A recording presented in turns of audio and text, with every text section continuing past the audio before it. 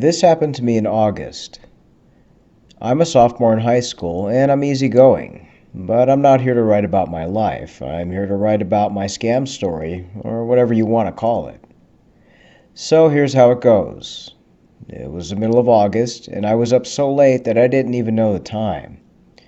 So for some odd reason, I decided to go on this app called Wink. I was swiping and swiping to try and find the girl that I liked, until I got a notification from a girl named Joy Linda. Now I checked her profile and it only had one picture of Joy, with no bio and no other pictures of her.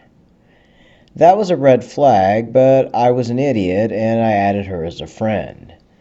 She started the conversation and we chatted for a bit, asking how our day was, all of that. Until she asked me for my Snapchat. I give her my Snap, and within minutes I got a request from her, and I accepted it without hesitation. She started the conversation for a good 5 to 10 minutes. Then she wanted my Instagram, and I was too lazy to type it, so I just took a screenshot and sent it to her. Again, within minutes I got a request, and she was rushing me to accept it because I had it on private. Then she wanted a picture of my face, and I did it. And then it started to become naughty, and she sent me a revealing video of her, and she was asking for pictures of me. And you can kind of guess what she asked for a picture of. So I did it like an idiot. And then she went silent for a couple minutes, and what I received next will haunt me forever. It was a picture of me, a picture of the photo I took and gave to her, my Snapchat, my Instagram account, and worst of all, my Snapchat location. My heart was racing, but not in a good way. I got another picture saying I have a disease, and the first picture said, "We caught him." I was scared, but I was never this scared. She said if I don't pay $500, she will send this to all of my followers. I explained to her that I don't have that type of money. Luckily, she was nice and said I could pay up to $150, which I couldn't do that, and asked me how much money I have. So I woke up my parents saying that I sent pictures to a stranger and they're requesting money to delete the picture. She also said she would put me on the news and this will go viral in my city. So I have the guts to fight for my freedom because I'm not going down without a fight. I started screen recording and screen shooting the chat logs. I passed them to my dad and he was spamming the F-bomb. He was a boss. So with enough courage I blocked the scammer on everything. I even uninstalled the Wink app. I began to sob and my career was over a picture. My mom got mad at me, and my dad was mad that I woke him up at 5 o'clock in the morning. At first, what I thought happened to me was revenge, but I found out it was like a sextortion thing. I texted my closest friends just to call them. They didn't reply, and my other friend was shocked, but I sent no photos, and they asked why I did that, but I didn't really have a clear answer. I soon realized that Joy had followers that originated from India, so it was a scam. I still have the video, but I'm scared to open it, and most likely don't want to relive that day. So a month passes by and her Wink profile was gone. Soon after, her Instagram was deleted because I couldn't find it anymore. So maybe karma came back. But her Snapchat is still active. It's probably abandoned by the scammer.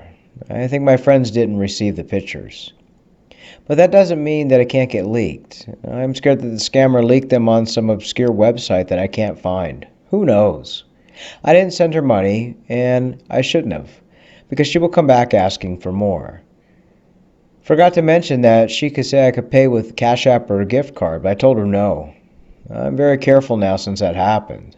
But the one thing the scammer did to me in a positive way, she inspired me to stop nasty people like her. At least that's a good ending. That's my story, and I hope you understand the message. Never under any circumstance send pictures of yourself, especially ones in compromising positions, to anyone you don't know, because they'll use that against you. I hope you have a great day and stay safe on the internet. Story 2. I am 22 years old, and for the most part I spend my free time online gaming and watching TV. I work part-time and still live at home. I'm going to enroll in trucking school when I turn 23, but until then my life is making pizza, playing online games, and I'm a huge fan of Stranger Things, the show. I spend a lot of time on IG, Instagram, and follow all of my favorite celebrities. One of my favorites is Amy Beth McNulty. One night while on IG, I received a message from who I thought was Amy Beth. She said she had seen my comments on IG and thanked me for being a super fan. I was kind of surprised she messaged me or even noticed me. She said she thought my IG pic was cute and wanted to get to know me. She said she normally doesn't reach out to strangers but felt compelled to talk to me. I thought this was no cap. I asked her about her boyfriend, Lewis, and she said they had broken up and she wanted to find a normal guy to talk to. She said her manager doesn't allow her to message fans, so she was taking a risk talking to me on here and asked me for my WhatsApp.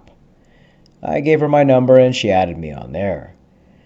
I tried several times to video call, but she said her manager might catch her on video and get into trouble, breaking her latest movie contract.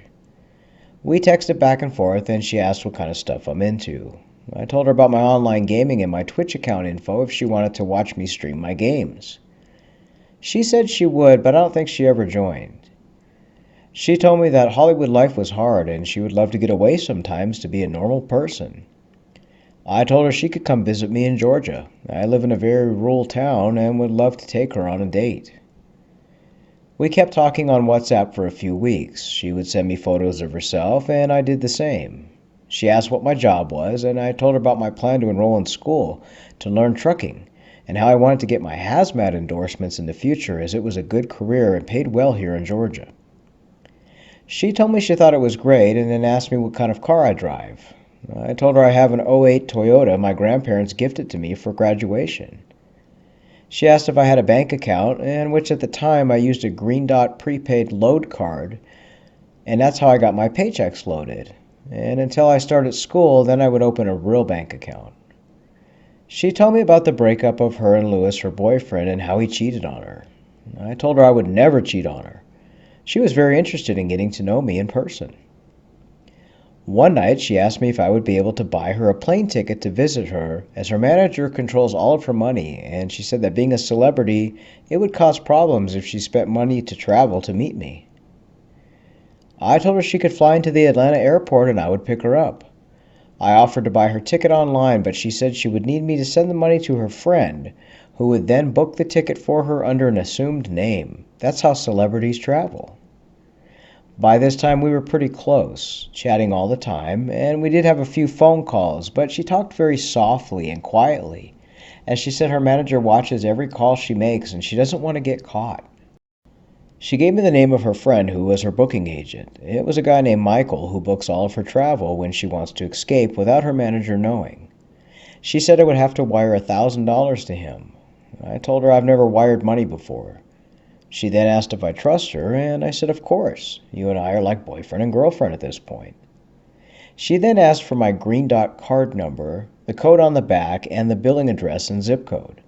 She said she could just give that info to her friend and he can book the ticket online with my card. It would be easier. I trusted her because she spoke to me on the phone. She was a celebrity. Why would she lie? I gave her my Green Dot card info, and a few minutes later she sent me a flight ticket showing she was coming in 2 weeks to visit. It was a ticket from Los Angeles to Atlanta. With my Green Dot, it shows me on a text alert when money is spent. I didn't get an alert, and I told her this. She said not to worry, that she instead bought the ticket through her friend using his card and I could just pay him later. I was super excited and we continued to talk. We even had a video chat for a few seconds, but she said her manager came and she had to go. The day before we were supposed to meet, we even talked about our first meeting, what to wear, where we would go on our date, and more. I then received a text alert that 3 transactions came out of my account. The first was for a food delivery Postmates order for over $300 for a burger place in Ohio. Right after that, I got an alert for an online wire transfer of $1,500 from Western Union to the UK, and then bam, another account alert for a company called Shine for $98. I called the Green Dot company right away to report the fraud. As I was on the phone with them, another hit came out of my card for $800 for an online purchase from a place called Gift Card Supply. I was in a panic, as the last purchase was an alert saying my account was overdrawn and the purchase transaction had been denied. I spoke to the customer service at Green Dot to let them know I did not authorize any of these purchases.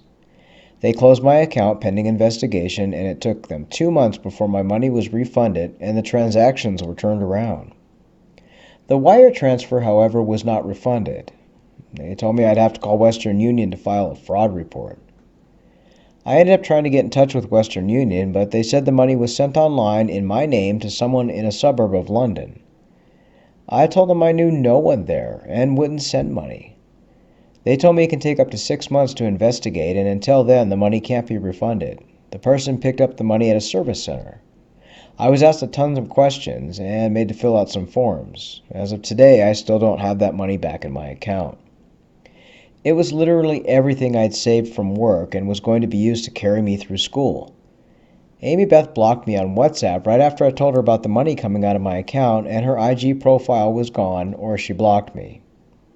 I know it was someone pretending to be her, and I don't believe it was the real actress. I let the real actress know via Instagram on her verified profile, but of course I got no reply. Thanks for letting me share my story. It really messed up my plans for life for a while. Also, let me say, we did chat on the phone, which is what made me believe that she was real. It was brief, and she had an accent, but I thought it was her Irish accent. After listening to Scammers Online, I now know that it wasn't an Irish accent. We'd like to thank these two guys for sharing their story. People get scammed all the time, unfortunately, by people pretending to be famous celebrities. Keep in mind that real celebrities are not going to send you a message, going to send you their phone number or anything like that. And also, if you're caught up in a scam where you're chatting to someone online and you send compromising photos and they demand money, the best thing to do is block them. If you pay them, they're only going to ask for more and more money. If you've encountered an online scammer and you'd like to share your story, you can find us on Facebook under the page Scamming Scammers Action, or drop an email, scammingscammers@gmail.com. We'll verify your story and narrate it into a video. Your story may help others. Take care.